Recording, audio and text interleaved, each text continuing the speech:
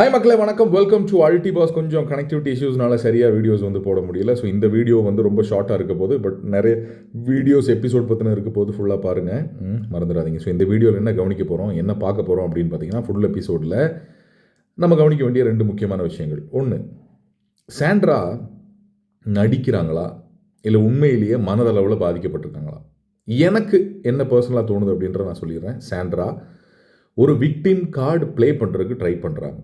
இந்த வீட்டில் இருக்கக்கூடிய ஆட்கள் எல்லாமே என்னை டார்கெட் பண்ணுறாங்க, இந்த வீட்டில் இருக்கக்கூடிய ஆட்கள் எல்லாமே என்னை வந்து கார்னர் பண்ணுறாங்க. இது பிரஜின் போனதுக்கு அப்புறம் நடக்கிற விஷயம் இல்லை, பிரஜின் இருக்கும் போதே நடக்க ஆரம்பித்த விஷயம். பிரஜின் சாண்ட்ராக்கு எதிராக வந்து பார்த்திங்கன்னா அந்த ரெட் பேண்ட் க்ரீன் பேண்ட் இதை கொடுத்ததுக்கப்புறம் பிரஜின் வந்து திவ்யாவுக்கு சப்போர்ட் பண்ணி தான் இருக்கார் அப்படிங்கிற மாதிரி ஒரு ஸ்டாண்ட் எடுத்து உள்ளே இருக்கும் போதே பிரஜின் கூட பேசுகிறத அவாய்ட் பண்ணாங்க.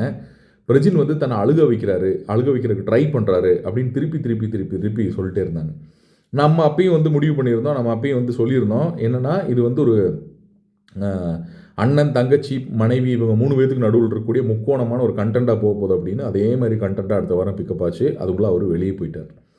இப்போ என்னாச்சு, பிரஜின் வெளியே போனதுக்கு முழுக்க காரணம் திவ்யா தான் அப்படின்ற தாட் ப்ராசஸில் இவங்க இருக்காங்க. அதனால தான் திவ்யாவை வந்து இவ்வளோ டார்கெட் பண்ணுறாங்க அப்படின்ற மாதிரி எல்லாருமே பேசிக்கிற அளவுக்கு இவங்களும் வந்து ஒரு கண்டென்ட்டை க்ரியேட் பண்ணாங்க. இப்பயும் க்ரியேட் பண்ணிகிட்டு இருக்காங்க உள்ள.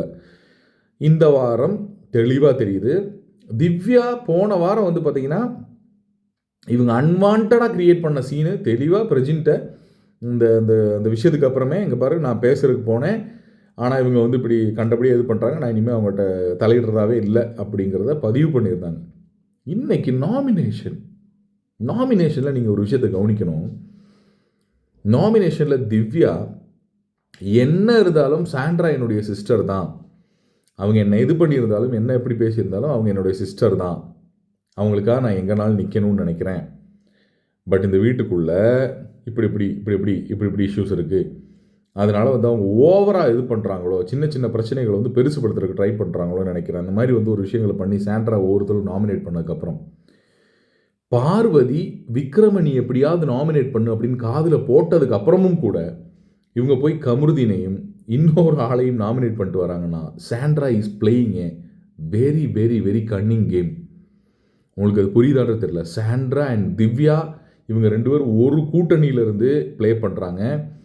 நீங்கள் இவங்க உள்ளே வந்ததுலேருந்து எடுத்து பாருங்கள், அவங்க ஃப்ரெண்ட்ஸாக இருக்கும் போதும் 2 பேரும் மாற்றி நாமினேட் பண்ணியிருக்காங்க. நான் எடுத்து பார்த்து ஷாக் ஆகிட்டேன்.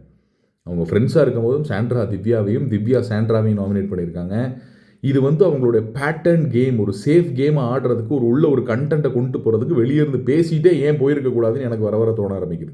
நம்பாதீங்க மக்களே, திவ்யாவுக்கும் சாண்ட்ராவுக்கும் என்ன விஷயங்கள் நடந்தாலும் சாண்ட்ரா வந்து எல்லாரும் என்ன டார்கெட் பண்ணுறாங்கன்ற மாதிரி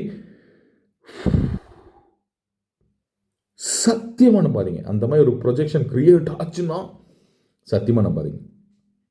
எனக்கு என்னமோ அப்படி தான் தோணுது. இந்த அம்மா நடிக்குது, இந்த அம்மா கண்டென்ட் கிரியேட் பண்ணுது, இந்த அம்மா சீன் போடுது, முழுக்க சீன் போடுது. தன்னோட புருஷன் நினச்சிக்கிட்டு உட்காந்து அந்த சட்டையை போட்டுக்கிட்டு உட்காந்துருக்கெல்லாம் வந்து உலகமாக நடிப்பு. ஊரே வந்து சிரிக்குது இதை பார்த்துட்டு. சாதாரண நடிப்பெல்லாம் இல்லை, உலகமாக நடிப்பு. ஸோ உங்கள் கருத்துக்கள் என்னன்றதை கமெண்ட் செக்ஷனில் பதிவு பண்ணுங்கள். சாண்ட்ராவுடைய இந்த நடிப்புக்கு வந்து இந்த வாரம் வந்து நாமினேஷனில் வேறு இருக்காங்க. ஏதாவது பலன் கிடைக்கிறதுக்கு வாய்ப்புகள் இருக்கா? பிரஜினோட ஓட்டுகள் வெளியே போகக்கூடிய எல்லாரையும் கட்டிப்பிடிச்சி நான் எப்படி இருப்பேன் அப்படின்னு ஒரு அழுகையை போடுறது, எல்லாருடைய வெளியே போகக்கூடிய ஆட்களோட ஓட்டுகள்லாம் எனக்கு கிடைக்கணும் அப்படின்ற ஒரு கேல்குலேஷன்.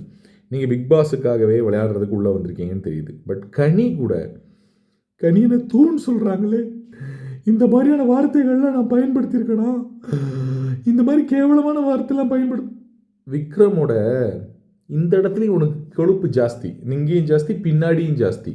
இதெல்லாம் சொன்னது யார் மேடம்? எவ்வளோ கேவலமாக நீங்கள் பேசியிருக்கீங்க தெரியுமா மேடம்? எடுத்து விட்டோம்னா நமக்கு இப்போ அசிங்கமாக இருக்கும் மேடம். அதனால் இந்த நடிப்பை விட்டுட்டு, 10 பைசாவுக்கு பிரயோஜனம் இல்லாத நடிப்பை விட்டுட்டு முடிஞ்சால் கேம் ஆடுறதுக்கு ட்ரை பண்ணுங்கள். சாண்ட்ரா பிரஜின் அவர்களை.